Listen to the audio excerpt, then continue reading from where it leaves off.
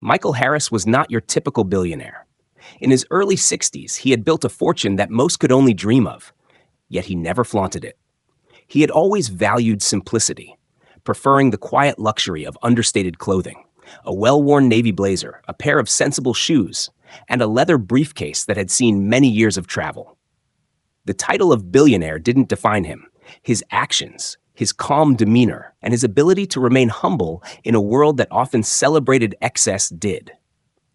Despite his wealth, Michael was a private man who sought comfort, not the attention that came with his status. It was a typical Friday morning when he boarded a first-class flight from London to Paris. Michael wasn't flying for business, nor was he looking to impress anyone. He had bought the seat purely for the comfort it offered. Like many who traveled in first class, Michael wasn't looking for validation. He simply wanted to get to his destination in peace. The first-class cabin on this particular flight was filled with passengers who were busy chatting, sipping champagne, and preparing for the short flight. Michael quietly found his seat, nodding politely at a few fellow travelers, his soft smile putting people at ease. His presence was almost unnoticeable in the midst of the glamorous surroundings. But little did the other passengers know, Michael wasn't just another wealthy businessman flying in luxury. He was, in fact, the new owner of the airline they were flying on. No one, including the crew, knew this. Michael had chosen to keep his ownership a secret for the time being. This flight would be cursed of many pivotal moments that would change not just his life, but the very culture of the airline industry. As the plane began to board, no one could have predicted the storm of events that would unfold in the coming hours. The simple, quiet man who sat in seat 1A had the power to reshape everything in ways no one would have imagined. Laura Evans was a flight attendant in her early 40s, a woman known for her precise demeanor and an air of authority that matched her immaculate uniform. Her job in first class meant she often dealt with high-profile passengers, and over the years she had developed a very particular sense of who belonged in that elite section. She had been serving for years and had seen enough to develop an unspoken hierarchy, a mental checklist of what qualified someone to be in first class. When Laura first spotted Michael walking down the aisle, a sense of disapproval instantly swept over her. She couldn't help but notice the older, black man in the navy blazer, whose appearance didn't fit her mental image of what someone traveling in first class should look like. She looked around the cabin at the more polished, well-dressed passengers and thought to herself that this man simply didn't belong. There was an uncomfortable tightness in her chest as she watched him approach his seat, looking like he was stepping out of place. Without hesitation, Laura approached Michael with a frown, her voice cold and curt. "Sir, I believe you may have the wrong cabin. Coach is further down the plane," she said, her tone sharp as she looked him up and down with skepticism. Michael was taken aback by the hostility in her voice, but he remained calm, responding politely. "No, I believe this is my seat." He handed her his ticket, his fingers steady despite the undercurrent of frustration that began to bubble within him. Laura took the ticket from him, inspecting it with a kind of exaggerated scrutiny, as if trying to find a reason to dispute it. She held the ticket up to the light, turned it over, and examined it from every angle, clearly searching for any excuse to challenge Michael's right to be there. Her actions were deliberate, condescending even, and Michael stood quietly, his patience beginning to wear thin. The tension was palpable. Other passengers around them began to notice the uncomfortable exchange. Their eyes darted between Michael and the flight attendant, unsure of how to react. They could feel the heavy atmosphere in the cabin, yet no one dared to speak up. Finally, after what seemed like an eternity, Laura handed the ticket back to Michael with a thin-lipped smile, her disdain barely concealed. "Fine," she said in a clipped tone, "but if there's an issue, I'll need to confirm with the gate." She walked away without another word, leaving Michael to sit down and digest what had just happened. He couldn't shake the feeling that something needed to be done about the treatment he had just received, but for the moment, he chose silence. As the flight continued to board, Michael couldn't help but feel a pang of recognition. He had faced prejudice like this before. It had always stung, but over the years, he had learned to handle it with dignity. This time, however, something was different. He realized that this was no longer about enduring disrespect. It was about taking action.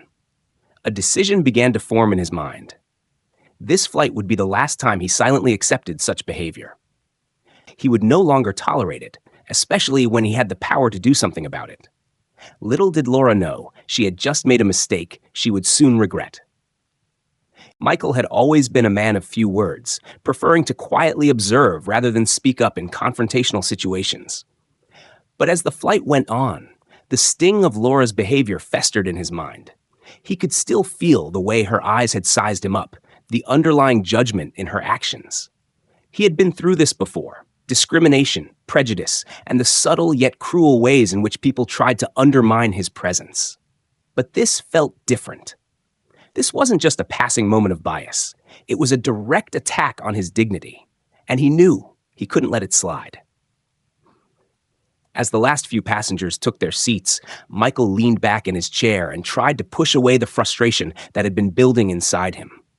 He opened a book, but his mind kept wandering back to the flight attendant's cold gaze and her dismissive attitude. He wanted to take action, but he also understood the importance of choosing the right moment. There was a sense of control in his silence, a calm that belied the storm brewing within. Yet, despite his calm exterior, Michael was also calculating. He had worked too hard for his success to let someone like Laura think they could humiliate him in public, especially in such a personal way. He wasn't going to let her actions go unnoticed. He pulled out his phone from his pocket and checked a message that had just come through, an official notification confirming that the acquisition of the airline had been completed. A slow smile spread across his face as the realization sank in. Michael wasn't just a passenger on this flight. He now owned the very airline that Laura worked for. In that moment, a decision solidified in his mind. This wouldn't just be a story of revenge. This would be a story of transformation. He wasn't going to strike back in anger, but instead, he would use this opportunity to reshape the very culture that had allowed prejudice like Laura's to flourish. With a newfound sense of purpose, Michael decided that this would be the moment to bring about real change. It was time to ensure that no one, not just on this flight, but throughout the entire company, would ever face the kind of discrimination he had just endured. His plan was already in motion, and nothing would stop him from making things right. The ripple effect of this encounter would go far beyond this flight. As the plane settled into the sky, Michael sat back, staring out the window at the vast expanse of clouds below. His mind was still racing with thoughts about the earlier exchange with Laura. But as the flight went on, his focus shifted from anger to strategy. He had always believed in using his influence in subtle ways. He wasn't someone to make a scene, to draw attention to himself. Instead, Michael preferred to let things unfold with quiet precision, ensuring that the change he brought about was impactful, yet measured. This was no different. A few minutes before the plane was due to reach cruising altitude, a stewardess walked down the aisle, offering drinks to the passengers. As she approached Michael's seat, he smiled and accepted a glass of water.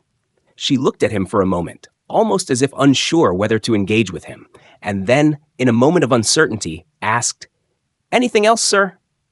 "No, thank you," Michael said, his tone polite, but carrying an air of quiet authority. She nodded and moved on. The subtle exchange left Michael with the clear realization that, despite the wealth he had accumulated and the power he now wielded, many people still failed to recognize him for who he truly was. He wasn't just another businessman or an ordinary passenger. He was the man who owned this very airline. But he knew that revealing his identity too early would have been a mistake. For now, the element of surprise would be his weapon. As the plane leveled out, Michael glanced over at Laura, who was walking through the aisles, checking on passengers, oblivious to the storm she had unwittingly set in motion. Her every movement screamed superiority, her straight posture, her confident stride, her eyes scanning the cabin as if she owned it. But to Michael, it was all a facade. He knew that true power wasn't about outward displays of confidence. It was about quiet control. Laura's misplaced judgment had now set the stage for him to wield that control in ways she could never have imagined. The rest of the flight passed uneventfully, but Michael couldn't stop thinking about what he would do next. He wasn't in a rush. His wealth, His influence had taught him the value of patience. Every move had to be calculated, precise. He was no longer just a passenger on a plane. He was the catalyst for change, the quiet disruptor who would soon reshape an entire company's culture. And it all began with a single interaction. The plane began its descent, and as it neared the runway, Michael made up his mind. As soon as they landed, he would make the call that would change everything. Laura wouldn't know it yet, but she had just unwittingly triggered the beginning of a new chapter for both the airline and herself. The moment the plane touched down on the runway, Michael's decision was final. He stood up as the seatbelt sign went off and calmly gathered his belongings, his mind already racing ahead with what needed to be done. He moved through the jet bridge with purpose, past the excited chatter of passengers who were eager to disembark, completely unaware of the storm about to hit. As he entered the terminal, Michael immediately headed for the private lounge designated for first-class passengers, bypassing the usual crowded gates. It was there that he pulled out his phone and dialed the number that would set the events in motion. The airline's CEO, a man named Richard Cartwright. Michael had spent months negotiating the purchase of the airline, and now that it was finally his, it was time for Richard to understand that this wasn't just a business transaction. This was about changing an entire industry's attitude towards service, equality, and respect. "Richard, I hope you're well," Michael said, his voice calm, but with a hint of authority that Richard could sense immediately. The CEO, who had spent years at the helm of the airline, didn't recognize Michael's number at first, but he had no choice but to answer. "Michael, I didn't expect to hear from you so soon. How are things on the flight?" Richard replied, trying to keep the tone light, unaware of the shift in power that was taking place behind the scenes. Michael paused for a moment, letting the tension build. "Things are fine, Richard," he said, his voice flat but heavy with meaning. "However, I'd like to talk to you about an issue that's come up on my airline. I've just flown from London to Paris, and one of your flight attendants, Laura Evans, has given me cause for concern." Richard's voice faltered slightly as he tried to regain composure. "I see. What happened?" Michael continued, recounting the details of the incident without raising his voice, keeping his tone level and controlled. "She questioned my right to sit in first class. Her actions were discriminatory and, frankly, unprofessional. I'd like to see a full review of the crew's behavior during that flight, particularly hers. This sort of treatment can't continue under my ownership." Richard was silent for a moment, processing the words. Michael could hear him shifting in his chair, the unease evident in the silence. Finally, Richard responded, "I understand, Michael. I'll look into it immediately. But I have to say, we've never had any complaints about Laura's professionalism before."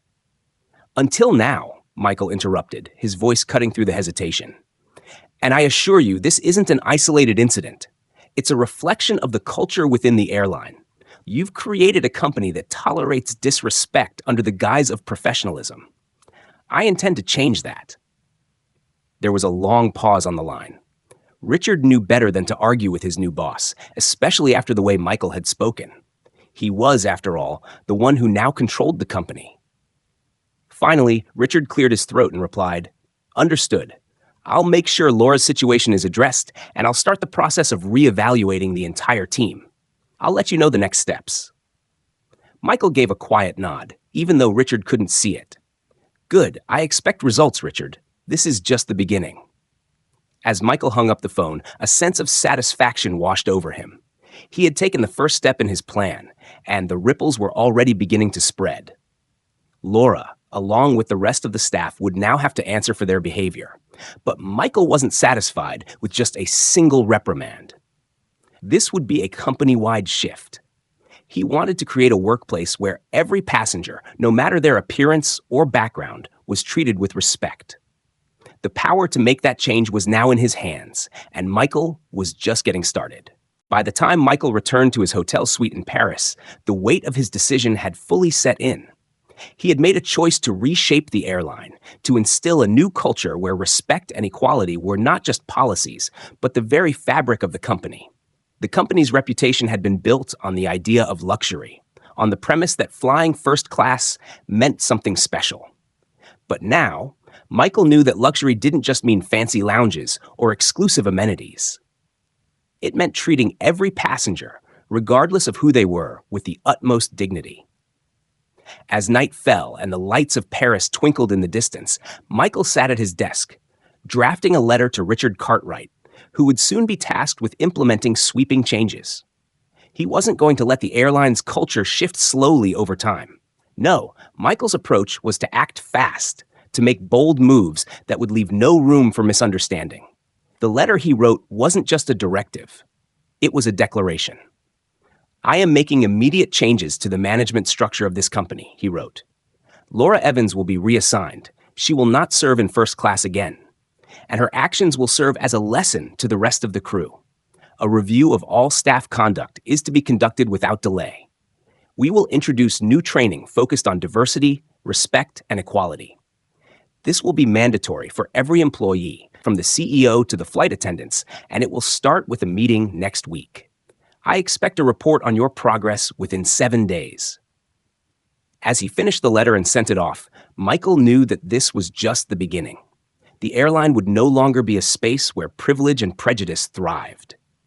This was his chance to leave a legacy of fairness, where everyone, no matter who they were, could feel welcome. And he wouldn't rest until the entire organization reflected that belief. He smiled to himself, standing up and looking out over the city. He had come a long way to get here, but this moment felt like the start of something monumental. Change was coming, and it was going to come fast. The days that followed Michael's decision were filled with a growing sense of anticipation. He had not expected the process of instilling new policies to be easy. His directive had been clear, but he knew it would take time to see the changes materialize. Still, he could feel the shift in the air, like a storm gathering on the horizon. The first cracks had appeared, and soon enough, the ripple effect would be undeniable. Richard Cartwright, despite his initial hesitation, had gone into overdrive to implement Michael's wishes. The staff had been shocked by the sudden order, and the air at the airline's headquarters in London was heavy with uncertainty. Michael's insistence on rethinking the company's internal culture had shaken the foundation of what they had known for years. Laura Evans, once the shining star of the flight crew, was summoned to a meeting with the HR department. She had received the news about her reassignment with an icy silence, but inside, her mind was in turmoil. She was a senior flight attendant, one of the most experienced in the fleet.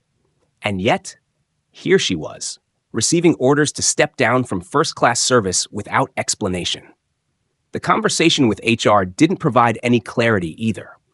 They told her that it was a part of a broader company initiative to address professional conduct and internal cultural shifts. A vague explanation that did little to calm her nerves.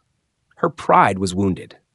Laura had always prided herself on her professionalism, on her years of service, and now she felt as though her reputation was being questioned, reduced to one bad incident on a single flight. For the first time in her career, Laura questioned herself.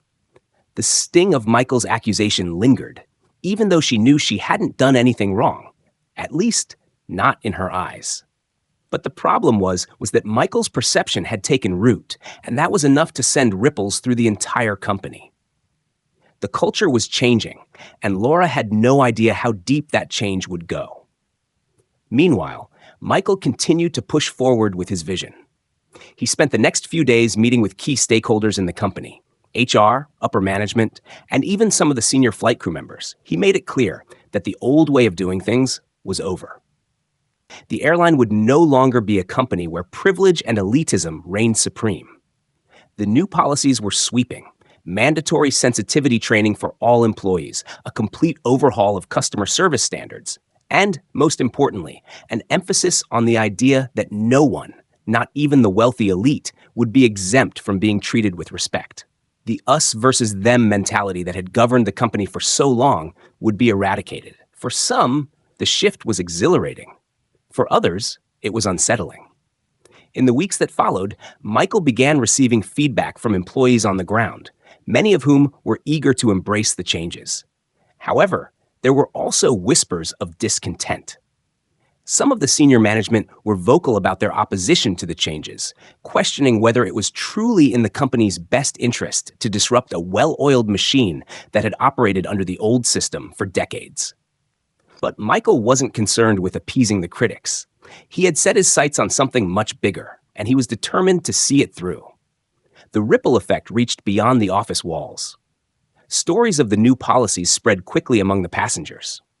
The airline's reputation began to shift, and soon it became known as a company that valued equality above all else.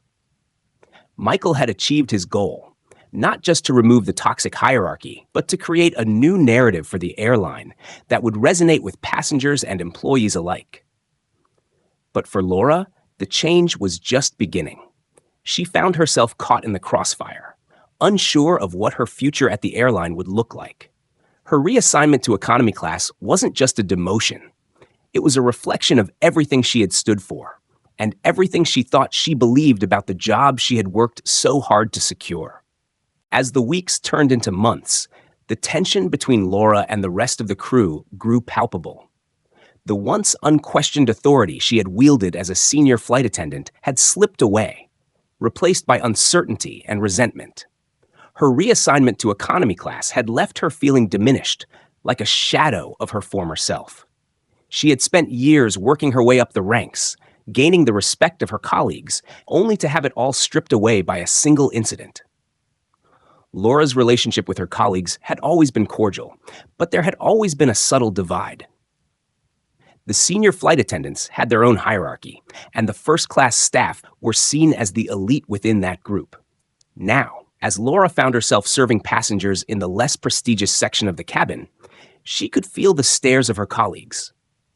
They, too, had heard the rumors about her reassignment, and there was no escaping the judgment.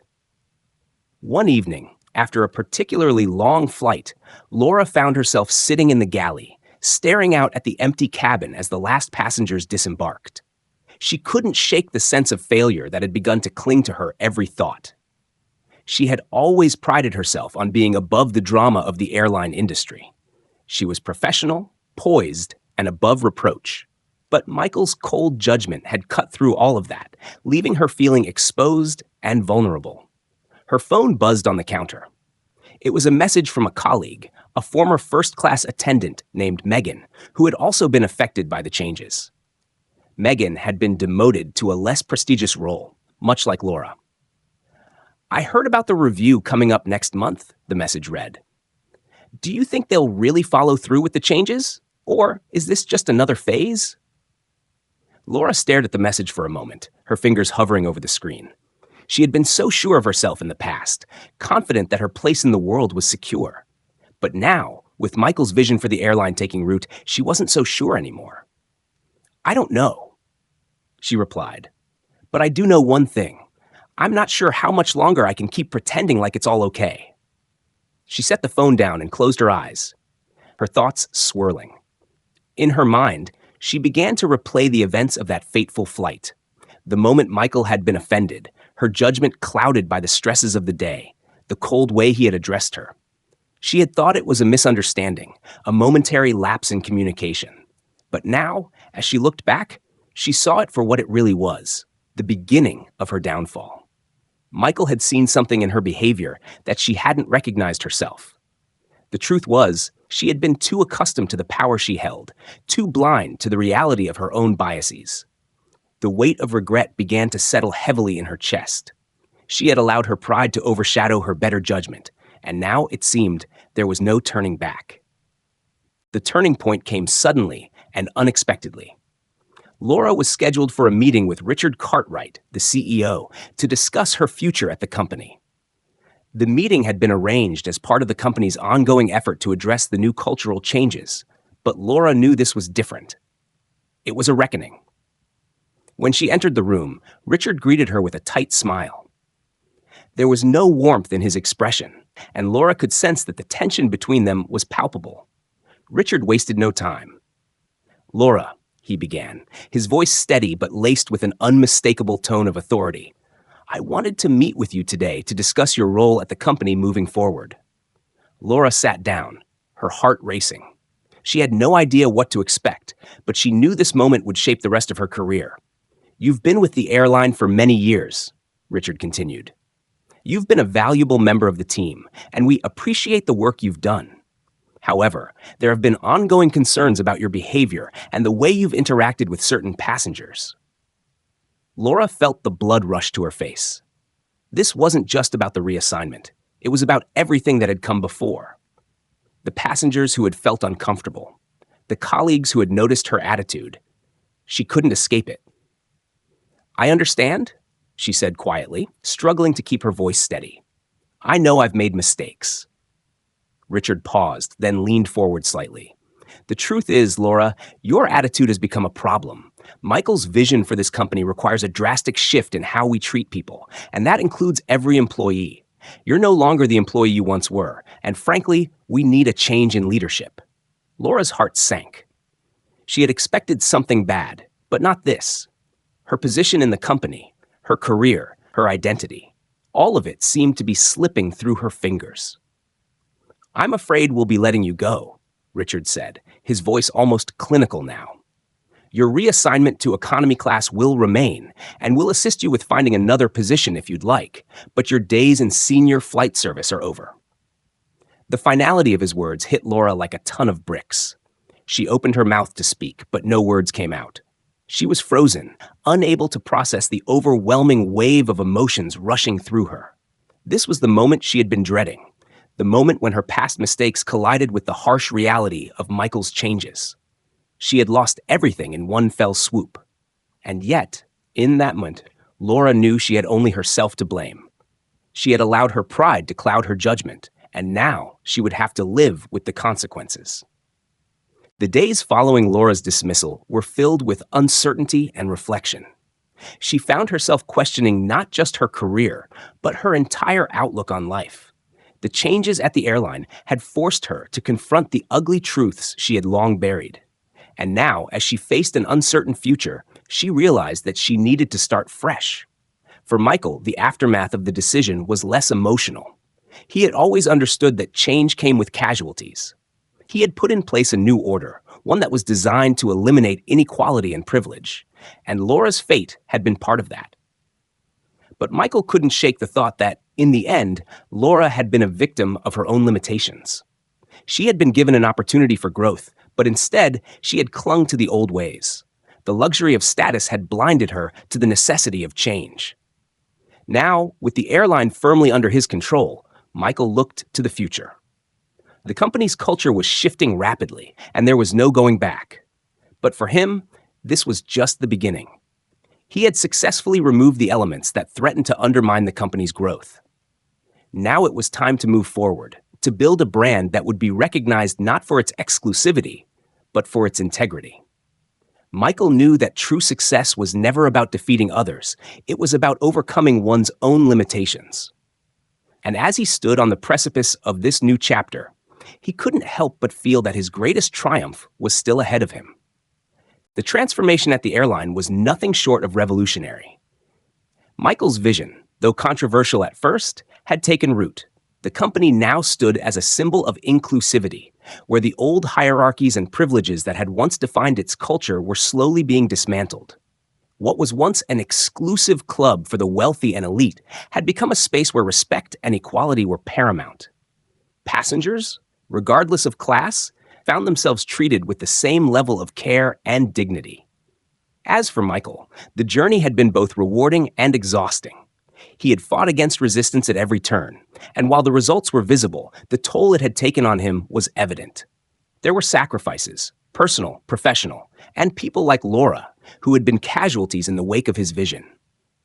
But Michael was a pragmatist. Change had its cost, and in his eyes, it was a necessary one. The future of the airline would be built on the foundation of fairness, but that did not mean everyone would make it through the storm unscathed.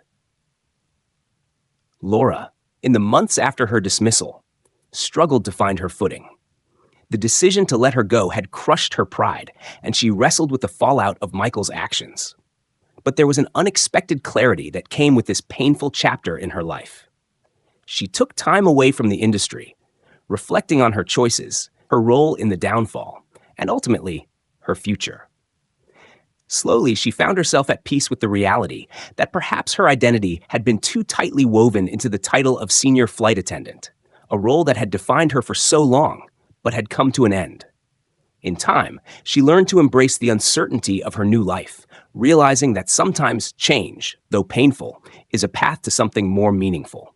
In the end, the story of Michael and Laura was one of growth, conflict, and transformation.